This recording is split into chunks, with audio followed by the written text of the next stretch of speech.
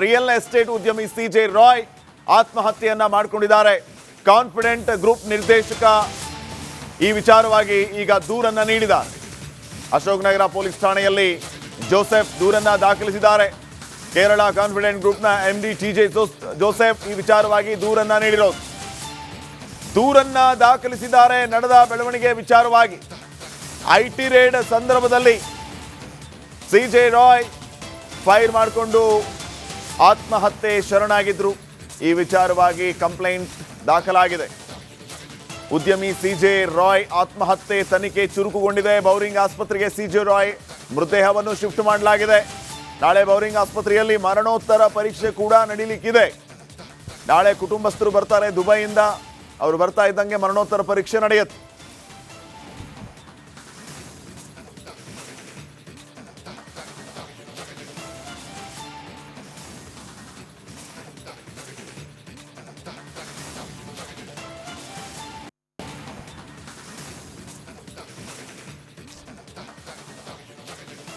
ನೋಡಿ, ಈ ರೀತಿ ಬೆಳವಣಿಗೆ ಸದ್ಯಕ್ಕೆ ನಡೀತಾ ಇರುವಂಥದ್ದು. ಬೌರಿಂಗ್ ಆಸ್ಪತ್ರೆಯಲ್ಲಿ ಸಿಜೆ ರಾಯ್ ಮೃತದೇಹ, ಮತ್ತೊಂದು ಕಡೆ ಕುಟುಂಬಸ್ಥರು ದುಬೈಯಿಂದ ಬರಬೇಕಾಗಿದೆ.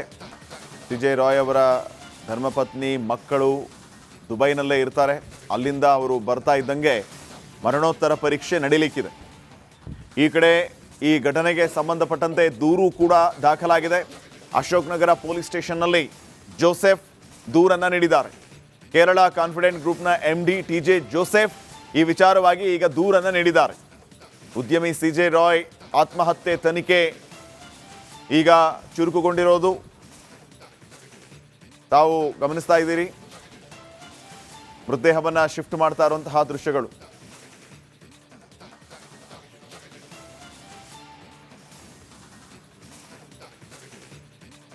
ಇನ್ನಷ್ಟು ಅಪ್ಡೇಟ್ಸ್ ಅನ್ನ ಕೊಡ್ತಾರೆ ಪ್ರತಿನಿಧಿ ಸತ್ತಾರ್. ಈಗ ನೇರ ಸಂಪರ್ಕದಲ್ಲಿ. ಸತ್ತಾರ್, ಏನ್ ನಡೀತಾ ಇದೆ ಅಪ್ಡೇಟ್ಸ್ ಕೊಡೋದಾದ್ರೆ ಸದ್ಯಕ್ಕೆ?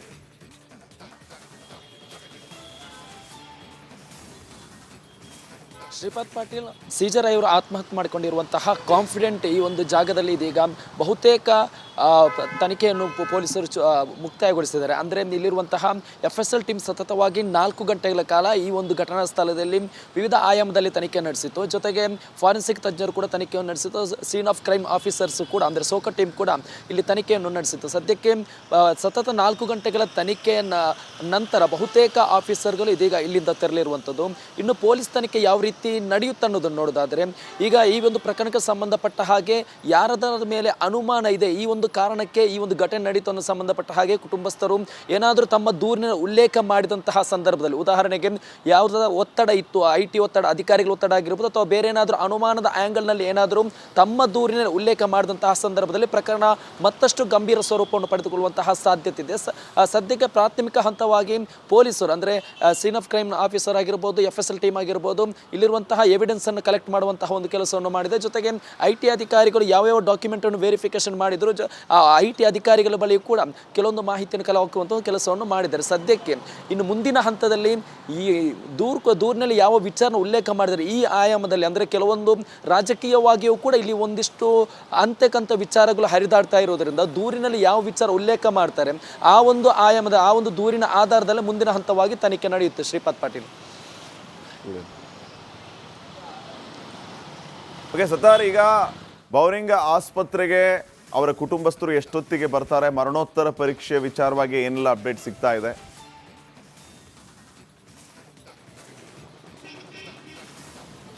ಶ್ರೀಪಾದ್ ಪಾಟೀಲ್, ಸಿಜೆ ರಾಯ್ ಅವರ ಸಹೋದರರಾಗಿರುವಂತಹ ಸಿಜೆ ಬಾಬಾ ಅವರು ಪುಕೆಟ್ನಿಂದ ಈಗಾಗಲೇ ಹೊರಟಿದ್ದು ಬೆಳಗ್ಗೆ 6 ಗಂಟೆಗೆ ಬೆಂಗಳೂರಿನ ಟರ್ಮಿನಲ್ 1ಗೆ ರೀಚ್ ಆಗ್ತಾರೆ. ಜೊತೆಗೆ ಇವರ ಮಕ್ಕಳು ಅಂದರೆ ದುಬೈನಲ್ಲಿರುವಂತಹ ಇವರ ಫ್ಯಾಮಿಲಿ ಏನಿದೆ ಮಧ್ಯರಾತ್ರಿ ಅಥವಾ ಮುಂಜಾನೆ 4 ಗಂಟೆ ಸುಮಾರಿಗೆ ಬೆಂಗಳೂರು ತಲುಪುವಂತಹ ಸಾಧ್ಯತೆ ಇದೆ.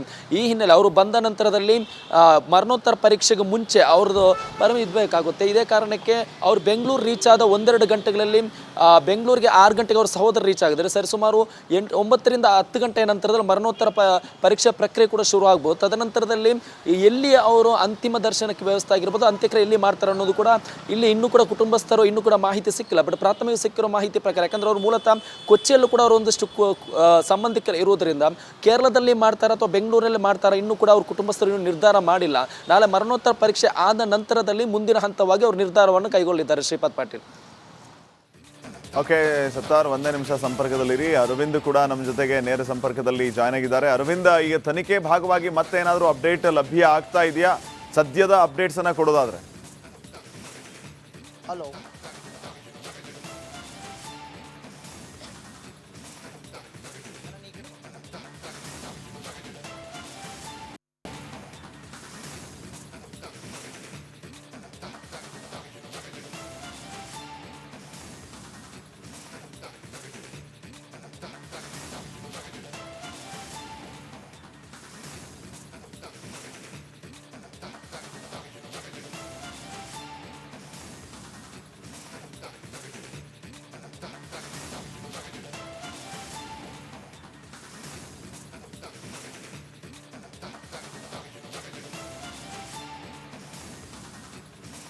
ಫೈನ್, ಮತ್ತೆ ಸಂಪರ್ಕಿಸುವಂತಹ ಪ್ರಯತ್ನವನ್ನ ಮಾಡ್ತೀವಿ.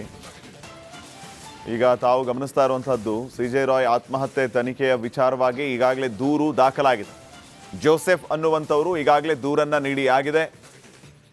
ಇವರ ದೂರಿನ ಅನ್ವಯ ತನಿಖೆ ಆರಂಭ ಆಗುತ್ತೆ. ಸದ್ಯ ಮೃತದೇಹ ಬೋರಿಂಗ್ ಆಸ್ಪತ್ರೆಯಲ್ಲಿ ಇದೆ. ಈಗಷ್ಟೇ ನಮ್ಮ ಪ್ರತಿನಿಧಿಗಳು ಕೂಡ ಮಾಹಿತಿಯನ್ನು ನೀಡ್ತಾ ಇದ್ರು. ಅವರ ಕುಟುಂಬಸ್ಥರು ಬರ್ತಾ ಇದ್ದಂಗೆ ಮರಣೋತ್ತರ ಪರೀಕ್ಷೆ ಆರಂಭ ಆಗುತ್ತೆ ಅಂತ ಹೇಳಿ ದುಬೈನಿಂದ ಈಗಾಗಲೇ ಇವರ ಸಹೋದರ ಹೊರಟಾಗಿದೆ. ಬೆಳಿಗ್ಗೆ 6 ಗಂಟೆಗೆ ಬೆಂಗಳೂರನ್ನ ರೀಚ್ ಆಗ್ತಾರೆ ಅನ್ನುವಂಥ ಮಾಹಿತಿ ಸಿಗ್ತಾ ಇದೆ.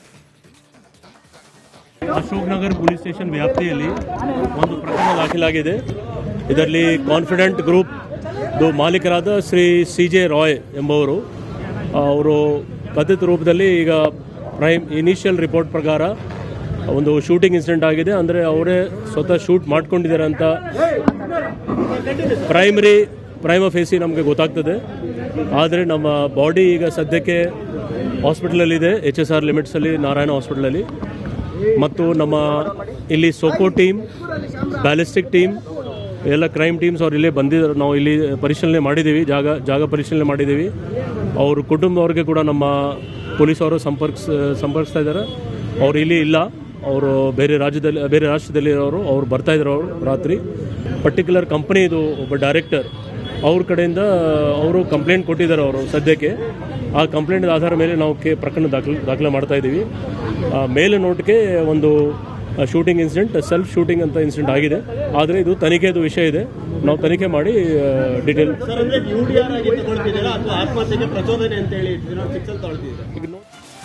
ಇನ್ನಷ್ಟು ಅಪ್ಡೇಟ್ಸ್ ಅನ್ನ ಕೊಡೋದಕ್ಕೆ ಪ್ರತಿನಿಧಿ ಅರವಿಂದ್ ನೇರ ಸಂಪರ್ಕದಲ್ಲಿ. ಅರವಿಂದ್, ಏನು ಅಪ್ಡೇಟ್ಸ್ ಕೊಡ್ತೀರಿ?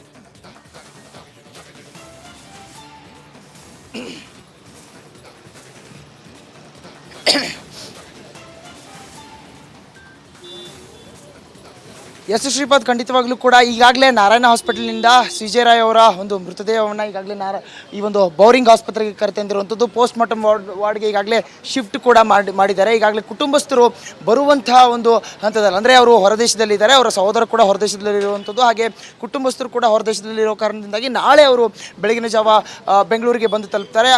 ಆ ಒಂದು ಹಂತದಲ್ಲಿ ಈಗ ಮರಣೋತ್ತರ ಪರೀಕ್ಷೆಯನ್ನು ನಾಳೆಗೆ ಮುನ್ನಡೆಕೆ ಮಾಡಿರುವಂಥದ್ದು. ಸದ್ಯ ಈಗ ತಾವು ದೃಶ್ಯಗಳು ನೋಡ್ಬೋದು. ಅವರ ಸ್ನೇಹಿತರಾಗಿರ್ಬೋದು, ಅವರ ಆಫೀಸ್ನಲ್ಲಿ ಕೆಲಸ ಮಾಡಿದಂಥ ಸಿಬ್ಬಂದಿಗಳಾಗಿರ್ಬೋದು, ಅವರ ಜೊತೆಗೆ ಒಡನಾಟದಲ್ಲಿದ್ದಂತಹ ಆಪ್ತರಿಗಾಗಲೇ ಬಂದು ಅಂತಿಮ ದರ್ಶನವನ್ನು ಪಡೆದುಕೊಳ್ಳುವಂಥ ಕೆಲಸವನ್ನು ಕೂಡ ಮಾಡ್ತಾ ಇದ್ದಾರೆ.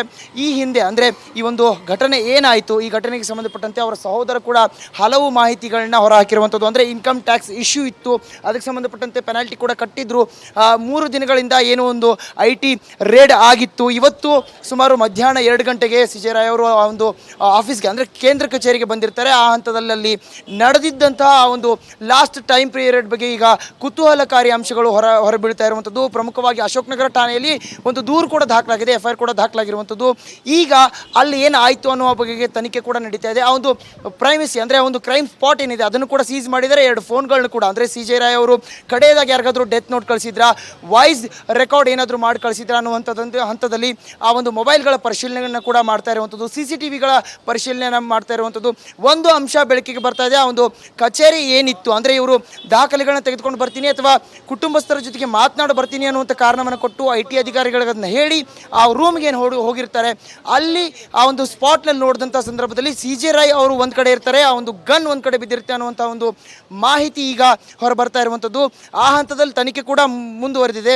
IT ಅಧಿಕಾರಿಗಳು ಹೇಳುವಂಥದ್ದು, ನಾವು ಆ ಒಂದು ಕಡೆಯ ಹಂತ, ಅಂದರೆ ಅವರೇನು ಆತ್ಮಹತ್ಯೆ ಮಾಡ್ಕೊಳ್ಳುವಂಥ ಸಂದರ್ಭ ಏನಿರುತ್ತೆ ಅಲ್ಲಿ ನಾವು ಇರಲಿಲ್ಲ ಅನ್ನುವಂಥ ಸ್ಟೇಟ್ಮೆಂಟ್ನ ಕೂಡ, ಸಮಜಾಯಿಷಿಯನ್ನು ಕೂಡ ಅವರು ಕೊಟ್ಟಿರುವಂಥದ್ದು. ಸದ್ಯ ಈಗ ಈಗಾಗಲೇ ಮರಣೋತ್ತರ ಪರೀಕ್ಷೆಗಾಗಿ ಬೌರಿಂಗ್ ಆಸ್ಪತ್ರೆಗೆ ಮೃತದೇಹವನ್ನು ರವಾನೆ ಮಾಡಲಾಗಿದೆ. ಅಂತಿಮ ಹಂತದ ಪರಿಶೀಲನೆಯನ್ನು FSL ಅಧಿಕಾರಿಗಳು ಅಂದರೆ ಆ ಲಾಸ್ಟ್ ಮೂಮೆಂಟ್ ಆ ಒಂದು ಬುಲೆಟ್ ಏನು ಚೆಸ್ಟ್ಗೆ ಅವರು ಹಾರಿಸಿಕೊಂಡಿರ್ತಾರೆ ಅನ್ನುವಂಥ ಮಾಹಿತಿ ಇದೆ, ಅದನ್ನು ಈಗ ಪರಿಶೀಲನೆ ಮಾಡುವಂಥ ಕೆಲಸವನ್ನು FSL ಅಧಿಕಾರಿಗಳು ಮಾಡಿರುವಂಥದ್ದು.